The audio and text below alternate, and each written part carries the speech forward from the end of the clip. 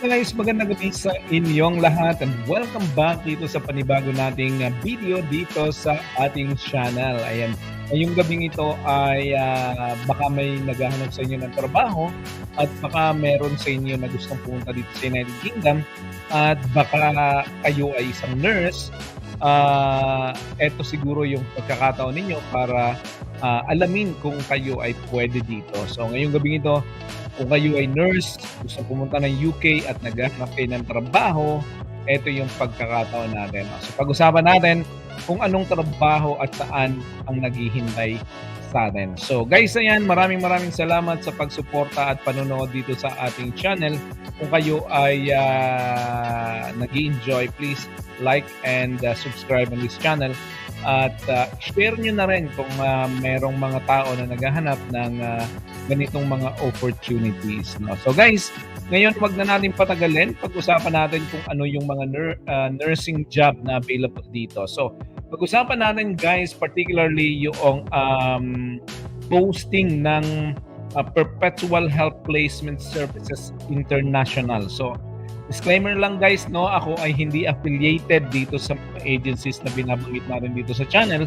Ako ay nagsisikap lang na tulungan yung mga kababayan natin na gustong magtrabaho dito sa United Kingdom. Ayan. So, dito ang Perpetual Health Placement Services International ay naghahanap ng 13 nurses.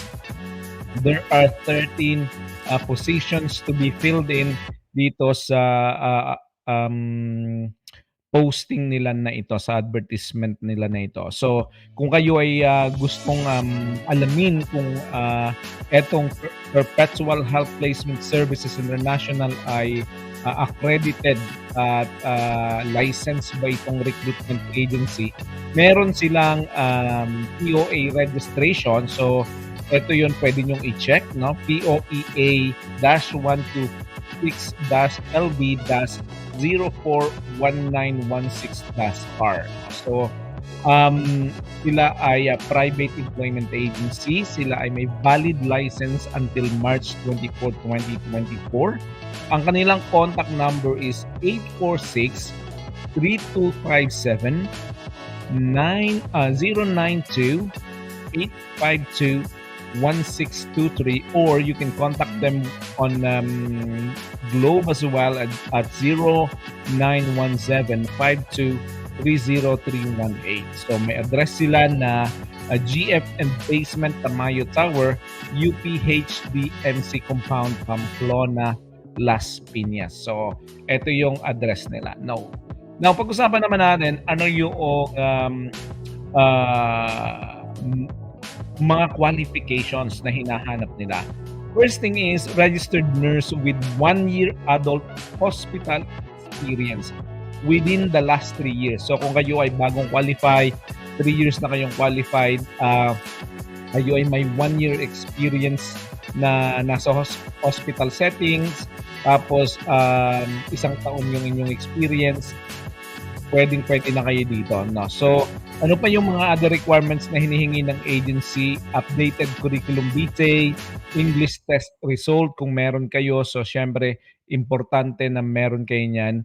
Ikalawa ay valid passport. No? Ikatlo ay meron kayong valid PRC license.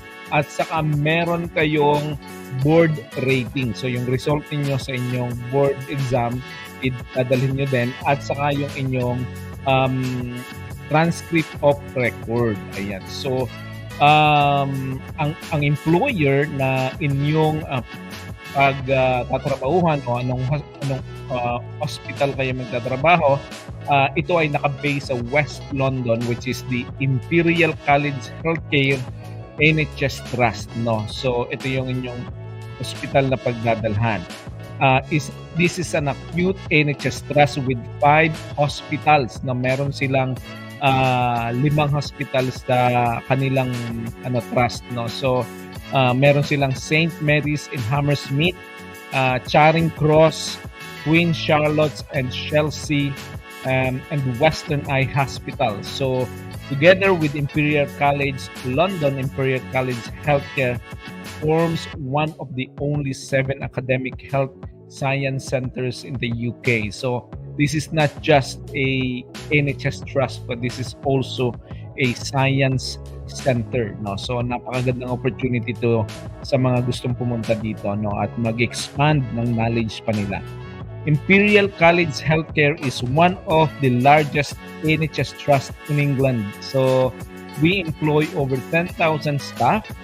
We treated more than 1 million patients in 2012 and 2013. So guys, malaking hospital ito, no? Pero mas malaki, mas maganda, mas maraming opportunities, mas maraming pagkakataon para ma-develop, no? So, 'di ba? Pwedeng-pwede kayo diyan.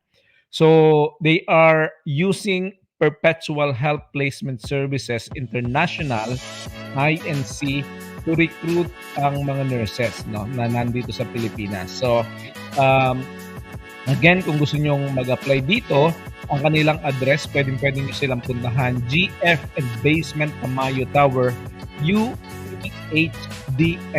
Compound, Pamplona, Las Piñas. At again, meron silang license number na POEA-125-LB 041916-R.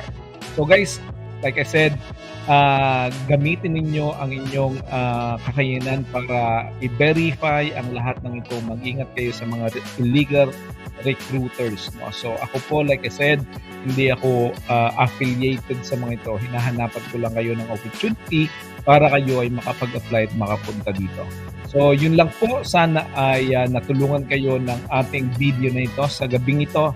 At kung kayo ay may mga tanong, just write it down in the comment section below and I will try and answer all of those questions kung meron akong kayang sagutin. Kung hindi naman, hahanapan natin ng mga kasagutan yan. Ayan lang po, maraming salamat. God bless.